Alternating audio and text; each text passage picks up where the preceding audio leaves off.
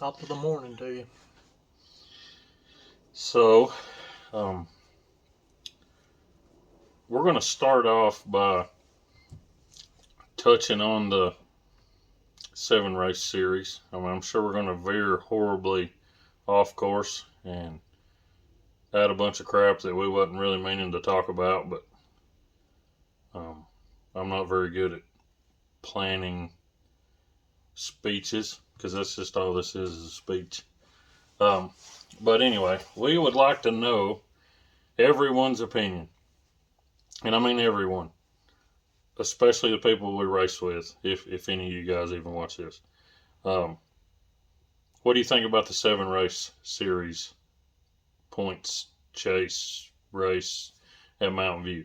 We know Boyd's done a 9 race thing or something like that, and we do understand that like the Cumberland series for the open wheels is 10 or 12 points races. Like I mean, that it's the same thing. The Ironman thing, it's not a whole season. It's just every couple of weeks or something. With the open wheels, they don't always have them. So when it comes from like a late model standpoint, a lot of those guys bounce around between series, so it gives them a full season. Uh, we like it in a way, and at the same time, we don't like it. So we're kind of going to go over a few of the reasons of why we do like it and why we think it's a bad idea. Um, to get it straight out of the way, we're not bashing anybody that made whatever decision. We're not bashing the track. We're not bashing any other tracks. It's new to us. We don't, it's not anything we've done in the 2 years we've done this. So we don't know what to expect of it. We don't know what's going to happen. We don't know how to take any of it. So we're just giving our opinions. They don't matter, but we just want you to know kind of how we feel and how we see it since we've never done anything like that. So, what do you think about it, Hunter?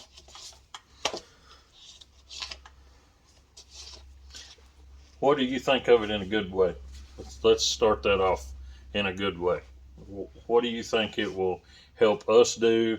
What do you think it may help newer drivers do that have been not really scared to go anywhere else, but haven't had the opportunity to go anywhere else?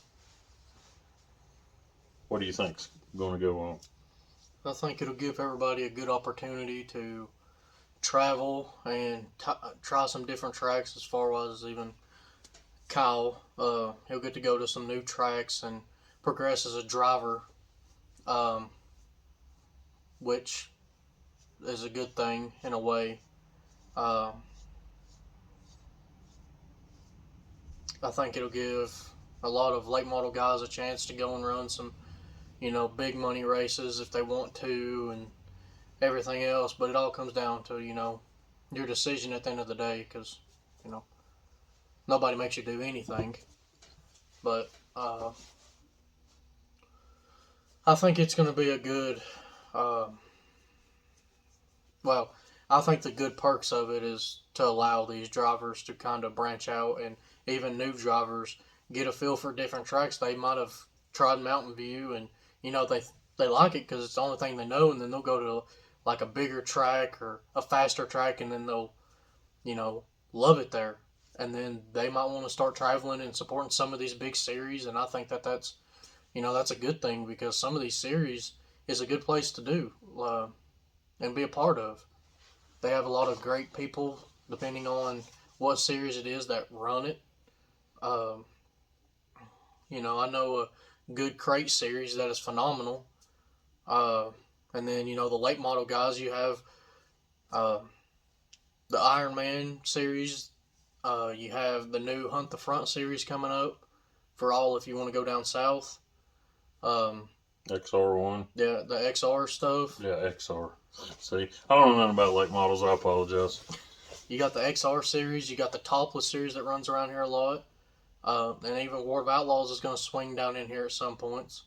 And then the Schaefer's Oil. Like, there's a bunch of series that is coming through. And I mean, if you like stuck around within the 5, 6 tracks that are in the area, far wise as I mean, you'll have to drive a couple hours, but if you stick to that, I mean, you could catch some of these big races and make some money and do good and have fun with some other great drivers. Yeah, a lot of different drivers. Yeah, like not the same old Joe that you get up here every weekend that bashes your quarter in, but you know, and I think that's a good part of them only doing the 7 races out of the year. They only get with the possibility of rainouts and you know all that kind of stuff, and just how the season is, you might have 21 to 25 races, And you can move those points races around the rain yeah, and never lose them. exactly.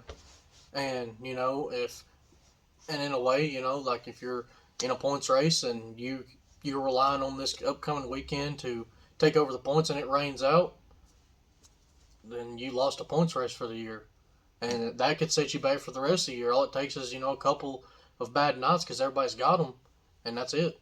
Um, and I think it's also a good thing because it gives like us in a sense, we get to travel and everything else with family and get to experience other tracks together. Because at this point, since it's only a second season, we've only been to Four. 4 different tracks together, which I know sounds a lot, but it's not that many when there's like half of them that don't even run open wheels all the time. And I think it's a good thing that we will be able to branch out and kind of witness some of these tracks as a first time with our family. And add tracks to my list. Smoky Mountain. Yep. We got to hit that. My dad wants me to go, and they're shortening it and making it where you don't have to have such an engine to make it around that track. So they're shortening it. Volunteer, Bulls Gap, whatever.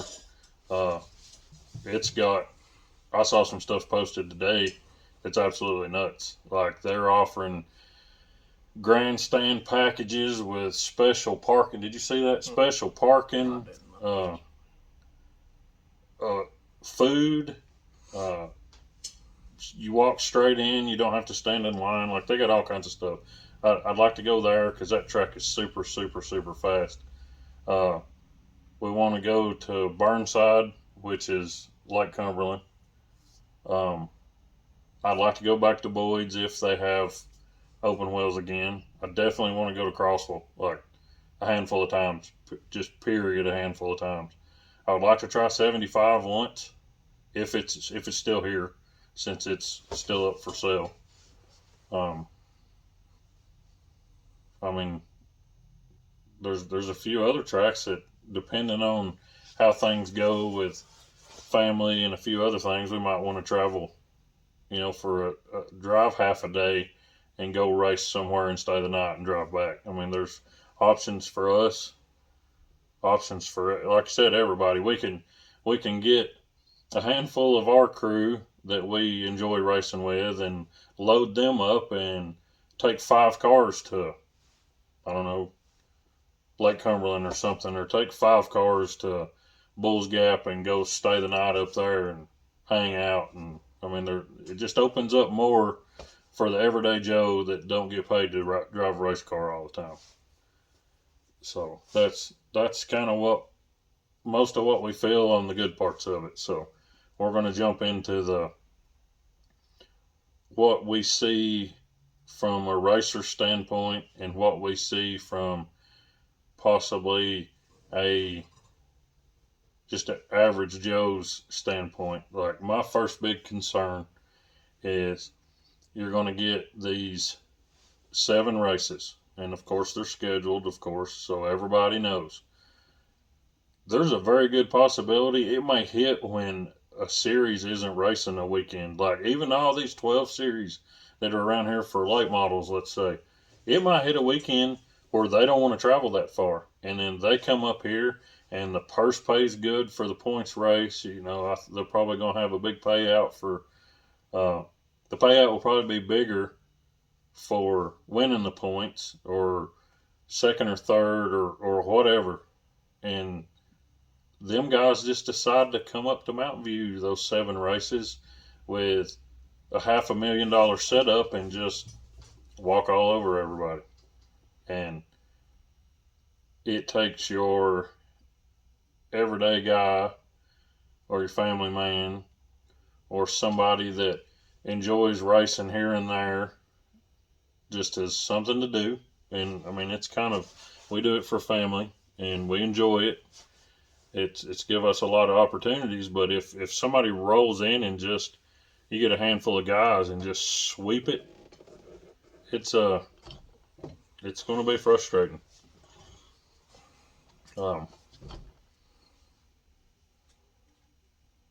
The fact of Mountain View running 7 classes, and I want to make sure I say this right: late model, sportsman, open wheel, 4-cylinder, front wheel drive, developmental sportsman or B sportsman, whatever it's called, and then The new street stock. the new Taz Gap Cruza street stock, whatever that mess is. That we'll have another video about that because I kind of think that really killed a good class, and it's probably going to get knocked off the list of things because there's probably going to be very few cars that are here, unfortunately, because that's probably my favorite class to watch.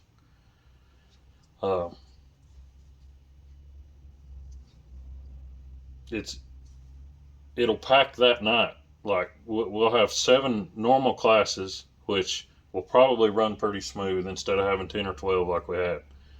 And if we're still just hoping to see about heat racing or qualifying, I'm game either way. I don't care if we flip a coin to see if we're going to heat race or qualify every single weekend. I'm fine with that. But on the nights of the points races, and you catch all these guys from other tracks coming in, there might be 250 cars and take till 3 o'clock in the morning to run that points night. It's hard to say. I mean, maybe a flop. It probably a good thing from a business standpoint, because at the end of the day, racing for the racetrack is a business, and no matter what, they try to cater to all of us. But it's a business. They have to make money. They have to do what's best for them, and maybe this is a move for what's best for them, considering how many cars didn't show up or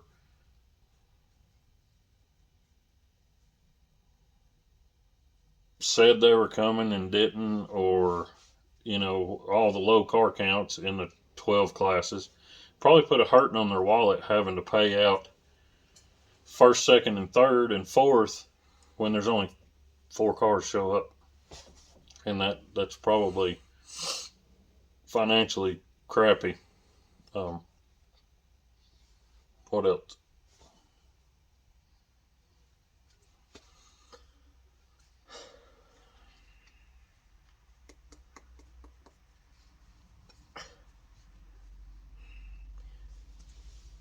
I think in a way that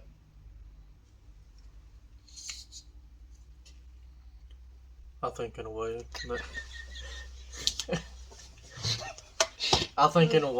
and this is just from a crew member's standpoint, I think it's garbage.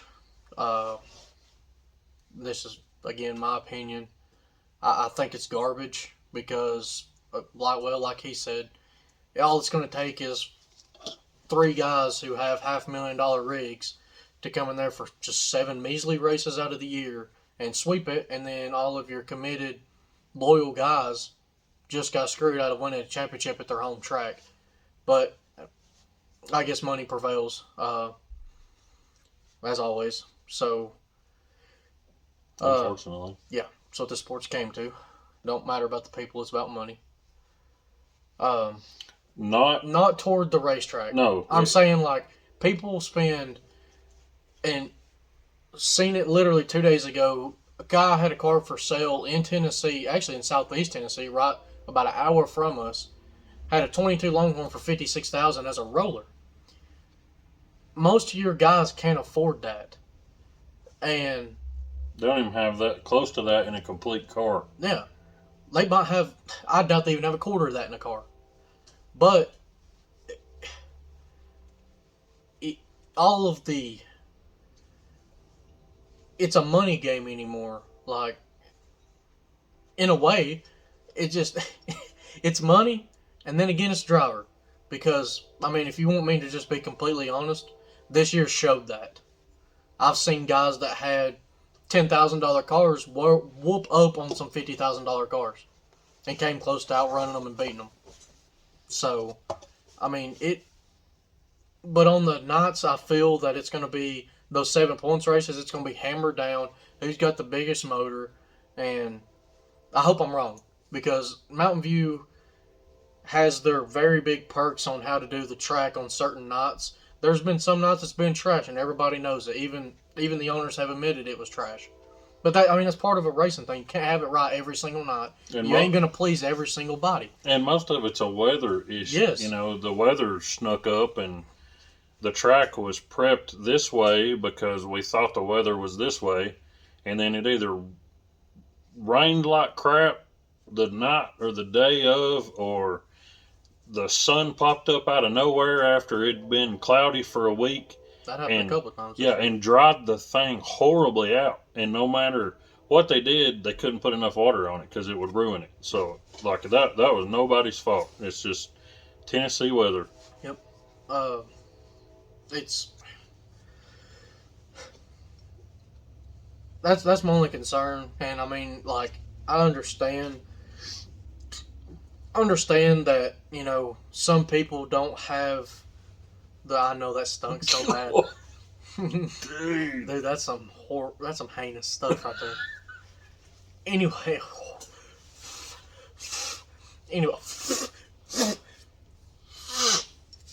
Yeah, that happens in your nose hair. yeah, it kind of stuck in there like a soft turd. Anyways, anyways, so and you know, I understand from a standpoint that some people, they're like, we ain't got money to run points every week. Neither did we, and we still made it happen. You know, that's part of where your sponsors are supposed to come in and your crew and everything else. And unfortunately, making sacrifices with family yeah. and other opportunities and having to work extra or, you know, hustle around and sell some parts and to be able to do every week. It is expensive, especially with fuel high. Fuel's still high. Parts are out the roof still, and we understand that. But it's to the point that those struggles of making it to the track for those 19 points races is what makes it sweeter when you win it. You know, and the hard work and dedication and the aspiration of showing up every week and competing, that's what it was about. And we went to a track, our home track, and loved it. And like, from just a crew standpoint, I feel like it's being stripped from us. You know, like if we have one bad night, we're done. Like, we're out of the points. And or we could go in and sweep the whole thing. Yeah, like it could play in our favor. There's no telling. But just, I mean, we're talking preseason here. And the chance of those 7 points races turning into bumper car battles. Yeah. And let's say out of 29 or 20 races for regular points, you go out here for these 7 and you have 48 cars that show up. At that track, sheet metal gets bent. And if those rowdy guys come down here trying to win it, your car's totaled. We've seen it this year. There's guys that's come down here the first time and totaled complete $20,000, $50,000 cars. And almost got ours totaled. Yeah. From somebody that isn't from here, being super aggressive. Yeah. And not knowing how to pick the foot up. Yeah, whoa up a little. I mean, and that's all it took. It went from running him backing off and staying in fourth to us getting the whole side tore off our car. And, you know, I mean, that was just one night. You know, what happens in the 7 big nights? You know, and once again, like it has its perks and it has its pros and its cons. But at this point, the track's made their decision, and we either have to agree that we're going to run it or not run it, which I think we've done. Decided we're going to try our best to run them 7 races, unless it comes down to it, and you know, team owner Max wants to go and run volunteer one of those nights. We're out. We're going. We won't see you that weekend. We're going to volunteer. We're going to Smoky. We're going to Lake Cumberland, Crossville. You know, it's literally whatever he wants to do, and that's where we're at. So but at this point, we're going to try to run the 7 races. But if we don't show up, we'll send you pictures of all of us happy and smiling at another track. So, yeah, I mean, I'm game. I mean, I don't matter if I'm game or not. I have to go with it. But in some ways, I'm excited because I get to be with you guys throughout the weeks when y'all come and buy parts from me, and I'm more than grateful for that. You know, and I'm excited to hear some of these local guys that have only raced at Mountain View be like, dude, I went up to Smoky and I went up to volunteer. I went down to somewhere in Georgia and Alabama and ran. I cannot wait for them stories. I love hearing it. Because, like, dude, first time ever, and I finished third, second. We witnessed it. It's been a part of us. Like, yeah. Mountain View, when it was Spring City, when it was Murphy or whatever, back before my time, everybody always said, if you can drive Mountain View, you can drive anywhere. That's what everybody here has always said. I've watched people that, since I started racing, that either started racing or had only raced at Mountain View since it had opened, go somewhere else and finish first, second, third, fourth, and they had ran 8th, 9th back and struggled at Mountain View, and then they decided to go somewhere else and had the time of their lives. Like, it happened to us. I've struggled at Mountain View. I've had so many issues. We've tried everything. We finally started getting a handle on it. Pow, we go to Crossville, we win, you know, and we go back to Crossville and finish 4th. And it's a completely different animal. You're faster. You're wide open basically all the way around the corner. I'm not used to that. That ain't my thing. I've never done it. But because of how technical Mountain View is, and some people argue with me and say it's not, but go sit in one and see how hard it is to drive. See how hard it is to hang the bottom or run the middle or pass, and just, if you can get around it, you can get around anywhere. And we went to Crossville and I enjoyed the crap out of it, but it was almost like a Sunday drive. I felt like I had 5 minutes down the straightaways to figure out what I was fixing to do. And another big thing for next year, as far as while we're talking about tracks, this has been an ongoing thing all year long. Maybe next year they'll change it to accommodate some of these people that are whining. Maybe they'll take away the bottom and make it a high side track, which it was this year. I just dozed my way back down to the bottom. Yeah, I mean, some people are faster on the bottom, and some people are faster on the top, and I've been very observant of that, and people are always like, I don't like Mountain View, it's a 1-lane track. It's you have to be on the bottom. You don't have to be. That's where you choose to be. Because, and this is the thing that I'm going to say, and it may make people mad, but it's how I feel. Just because Barry is super fast on the bottom, don't mean you have to stick down there.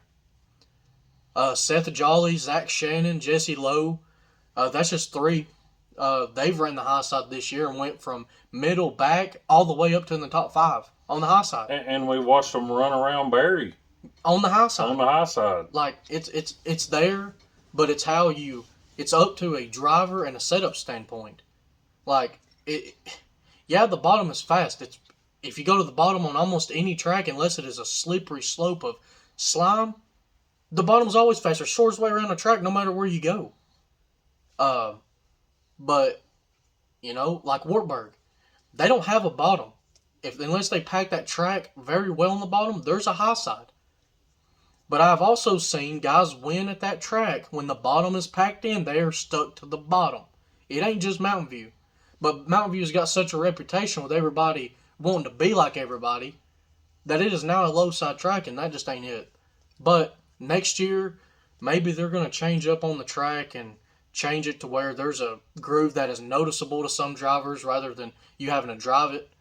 Um, but I'm excited because, man, I love watching at Mountain View. It's so small. It's nice to watch 2 and 3 wide.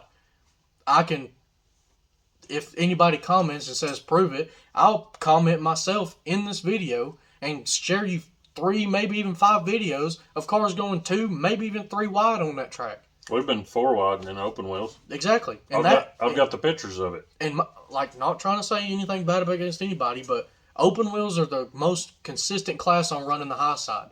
Like, there's more cars on the high side than any other class besides front wheel drive. But I don't think that's a choice. They're fast up there on the high side. And like, so, maybe that'll change next year. I'm excited to see it. I'm ready to get back. It's not even the middle of December. I almost said January. It ain't even the middle of December yet. The car ain't even out of the trailer. It ain't even touched. And I'm excited to get back into it. And now I'm getting crapped on. No, but I was just showing them the car. Well, sorry. Like, it's just a thing. It happens all the time. Anyways, so that's just a little bit of the kind of talking about that. Once again, it's nothing that we've said is toward Mountain View or any of the people there. I haven't had the first conflict with anybody there. I've been to a lot of tracks in my life, and I've never met a nice group of people, even owners. So, and everybody's going to have their spits and spats because I'm not happy because of this. And then the next night you're fine. And then the next weekend you're mad. And then the weekend after that it's somebody else's fault. It's part of racing. It just is. You're in the moment. You have good nights in the car and bad nights. You don't quit racing because of it. You keep racing. So why do that to the track? So, anyways, guys, I think we've took up enough of your time. About 28 minutes here. So, we're going to let that sit in here for another 3 months. And then we'll go out and win us a couple races and do our thing. January, bud. January. We'll see. And I had a couple of sponsors back out, which I knew they were. They've been with me for 2 years. Some of it is not even a financial deal. They've downsized, and some are kind of retiring. Happy for all that. Happy they helped me out and had faith in me. It leaves 2 spots on the side of the car. We've picked up a few people. I've posted that on my Facebook. I'll put the link to it in the bottom somewhere. I'm trying to get all my sponsor stuff in by the 2nd week of January because we'll finalize everything the 2nd week. I'd like all the sponsor contributions delivered by then so we can get the wrap in the works, and then we'll put some previews of the way the car is going to be this year. I was going to change it up a little. It's crossed my mind to change it up a whole lot. It'll still be black, but we've got to send some artwork off if anybody else decides to jump on board. Hope to have the car bodied and wrapped middle into February. It's kind of what we're shooting for. I've still got engine parts coming. I have some parts that won't be here till February. That's why we're not in a huge rush on this thing, because there's not. What are you doing? Did you hear that? No. I heard an owl. First time I ever heard one here. Been here 4 years, and that's the first time I heard an owl outside the house. That's crazy. It's a big brown owl with a white face. And then they say, ooh, ooh. You hear it? Anyway. Whatever. I don't even know where I was at. Hey, sponsors, you want to come on board? Hit us up. We'll put you on the side of the car. Who Dad, Mom, and Pop Shop, we got it all. Come on down. We'll throw you on the car for almost nothing. Just a good couple of $100. But We even got special packages. Hit us up. if anybody's interested, I've got sponsorship package I can email or hand you if you're local. It's just an owl, man. It's so awesome. I might shut the door next time. But we hope to drop it off at J2 February or early February and get it back. So that way we can finish the engine. Like I said, got engine parts that won't be here till February. Some of them are parts that are being built and they just won't be here till then. Changing our engine program up tremendously. I may have said that in another video, but he just left out the part where he's got all this money. No. I've had a handful of sponsors really help me out. I've had one sponsor buy me a set of heads. I've got another sponsor that is pretty much fronting my rotating assembly. So, super tickled with all that. Got quite a few other sponsors that's helped with carburetor and some tires and just knick-knack stuff. Okay, I'm gonna get off here. He's a little wound up. We'll talk about this another time. Y'all have a good week. So don't forget to like, subscribe, and comment, and you may just be able to enter for a chance to win a picture of our owl.